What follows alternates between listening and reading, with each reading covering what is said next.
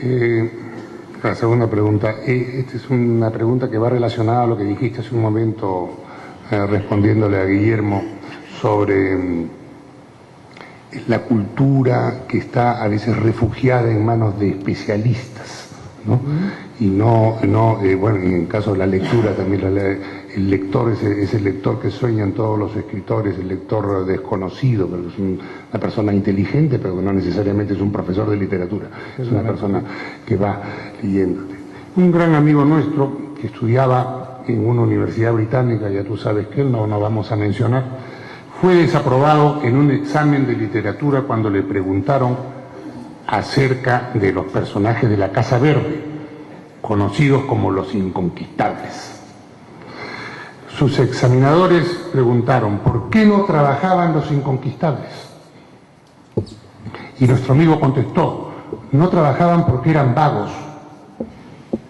Los profesores, fastidiados, repreguntaron, ¿pero no considera usted que el desempleo y la falta de estímulos estaba detrás de esa vagancia? No, replicó nuestro amigo, los inconquistables eran unos borrachos perdidos y dudo que algún tipo de estímulo los indujera a trabajar. En fin, lo jalaron, lo desaprobaron. ¿Podrías decirme, Mario, por qué no trabajaban los inconquistables? ¿Cuál es la diferencia? ¿Cuál es la diferencia entre la verdad que extrae de un libro un lector acucioso, que conoce a fondo la realidad de su país, y la verdad que demanda un académico? ¿La verdad del lector es menos verdadera y correcta? Mira, tu pregunta me recuerda a una pregunta que me hizo un joven, muy joven, ahora que estuve en Arequipa, al salir de un acto como este. Se me acercó y de una manera realmente muy ansiosa, me dijo, ¿le puedo hacer una pregunta? Y le dije, pues sí, ¿cuál? Y me dijo, ¿el jaguar mata al esclavo o no? Y entonces le dije, no sé. Y vi que estaba muy decepcionado porque creyó que yo no era sincero en mi respuesta, que yo le estaba ocultando algo. Y entonces le conté una anécdota.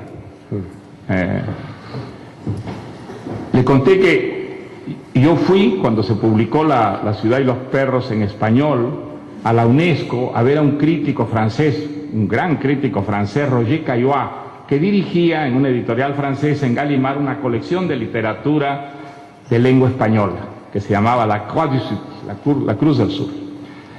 Él había leído mi novela y la había contratado para esta colección, así que yo, pues feliz con esto de ser traducido al francés, fui a agradecerle.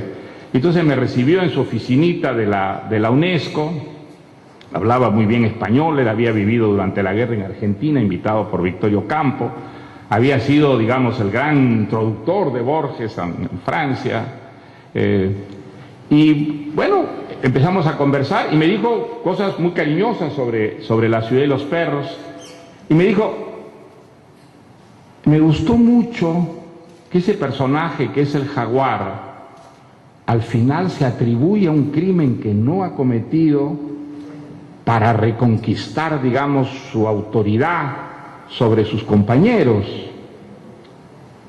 Y entonces yo le digo, pero el jaguar sí cometió ese crimen. Y entonces me miró y me dijo, usted se equivoca.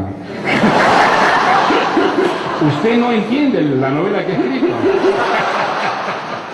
Si una de las cosas más interesantes y originales de esa novela es esa transición psicológica tan interesante del personaje,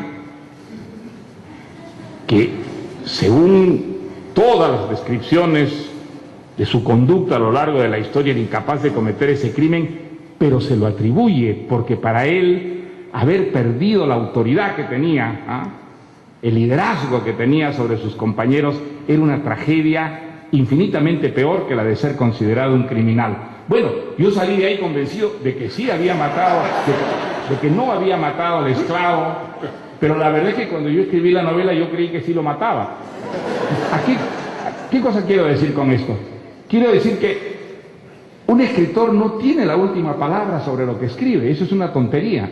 Uno escribe y lo que escribe está allí, y una vez que aquello está publicado, está en manos del lector, y el lector puede tener una lectura más sutil y más profunda que la que el propio escritor, y puede ver en los entresijos de la historia algunos elementos que le permitan una interpretación totalmente diferente, incluso contradictoria, de la que tiene el propio autor. Entonces, creo que es un gran error preguntarle a un autor, bueno, a ver, ¿cómo es esto? ¿No es cierto que mató o no mató al esclavo? No, el autor ya terminó, ya entregó ahí sus materiales, y en muchos sentidos la cercanía que tiene con aquello que ha escrito le nubla un poco la visión. Yo he aprendido mucho de algunos críticos sobre mi propia obra, y no hago una frase, no, es verdad. Muchas veces yo recuerdo, por ejemplo, una de las críticas que más me ha impresionado sobre las cosas que yo he escrito, de un crítico chileno, David Gallagher, que escribió sobre conversación en la catedral un ensayo que a mí me dejó muy impresionado, porque él decía, por ejemplo, en ese ensayo, es una novela que trata de mostrar que el poder en esa sociedad es una dictadura, la de Odría es sucio. Y entonces, y daba ejemplo, decía, cada vez que la historia se acerca al poder, ese centro de la sociedad, que emana suciedad, que se expande por todo, la prosa se ensucia, la prosa se enrevesa, la prosa se vuelve un poco caótica, y además se llena de mugre, se llena de palabrotas, se llena de vulgaridades, y cuando se aleja del poder esa prosa va como limpiándose. Era algo absolutamente fascinante, jamás había pensado yo en semejante cosa, pero ahí estaban los ejemplos, eran unos ejemplos que justificaban perfectamente ese tipo de lectura. Cito ese ejemplo, pero podría citar muchos otros donde una crítica profunda, lúcida, a mí me ha revelado lo que yo había estado haciendo sin saberlo a la hora de escribir. Quisiera decir algo sobre lo que dijiste al comienzo, antes de hacer las preguntas. La crítica es algo fundamental, ha sido algo fundamental, ha sido algo que nos ha orientado y nos ha enriquecido extraordinariamente el placer de la lectura de las grandes obras literarias. Pienso sobre todo en ese crítico intermedio entre la academia y el lector, el crítico de revistas, de periódicos, la tradición, bueno, de los grandes críticos. Cuando estábamos en Londres, estoy seguro que tú leías todas las semanas a Cyril Connolly en el Observer. Maravilloso era, cada artículo de Cyril Connolly era tan iluminador sobre lo que había que leer, sobre cómo había que leer. Había los críticos de teatro que te iluminaban extraordinariamente, digamos, los espectáculos más interesantes que se daban. Bueno, ese tipo de crítica ha desaparecido completamente, ya no existe en ningún país, eso ya no hay. Y ese vacío, yo creo que es una de las manifestaciones más evidentes de esa enorme banalización de la cultura. Se escribe mucha crítica, pero muchas veces esa crítica es una crítica de especialistas que está totalmente fuera del alcance del lector común y corriente, una crítica esotérica, y que muchas veces es un puro embauque, unas jergas que realmente solo remiten a sí mismas, que ni iluminan ni enriquecen la literatura, sino que utilizan la literatura como un pretexto para construir esas teorías que durante, bueno, a partir de los años 60, 70, pues se convirtieron en la gran moda, ¿no es verdad?, de la cultura europea. Creo que esa crítica no solo no ha enriquecido nuestra sensibilidad, nuestra visión de la literatura, sino que muchas veces nos ha sumido en una enorme confusión, ¿no? O sea, eran vagos los inconquistables, sí, para terminar. Bueno. No has querido responder. ¿Eran o no eran vagos? Bueno, te cuento el origen de los inconquistables. Cuando yo viví en Piura había un grupo famoso de bohemios que andaban con guitarras, que eran desclasados, eran de origen más bien clase media y que se habían ido volviendo más populares por la vida bohemia que llevaban, pasándose los días, las noches en las chicherías, con guitarras. Pues de ahí surgió la idea del Inconquistables, de los Inconquistables, del grupo de los Inconquistables, que creo que representan un tipo de bohemia que no solo, digamos, se daba en Piura, sino que se daba en el Perú y que se daba probablemente en los países latinoamericanos de la época, con pequeñas variantes locales, ¿no? No trabajaban porque podían vivir sin trabajar, ¿no es cierto? Un tipo de bohemia, pues claro que seguramente desde la perspectiva de un académico británico de los años 60 era difícil de entender, ¿no? Muy bien.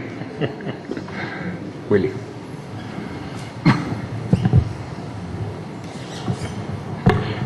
A mí me gustaría pasar a otro tema.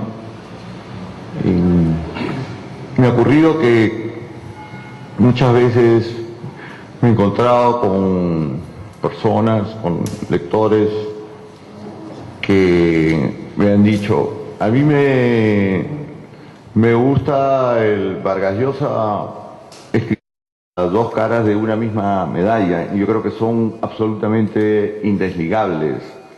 Él es, pienso, un animal político desde muy temprana edad. Me atrevería a decir que no solo, digamos, su militancia en una célula que compartió con don Isaac Humala, creo, en la época sanmarquina, sino incluso antes, cuando se atrevió a organizar una huelga en el colegio en Piura, creo que junto con su amigo Javier Silva Ruete, que dio lugar a justamente el cuento Los Jefes.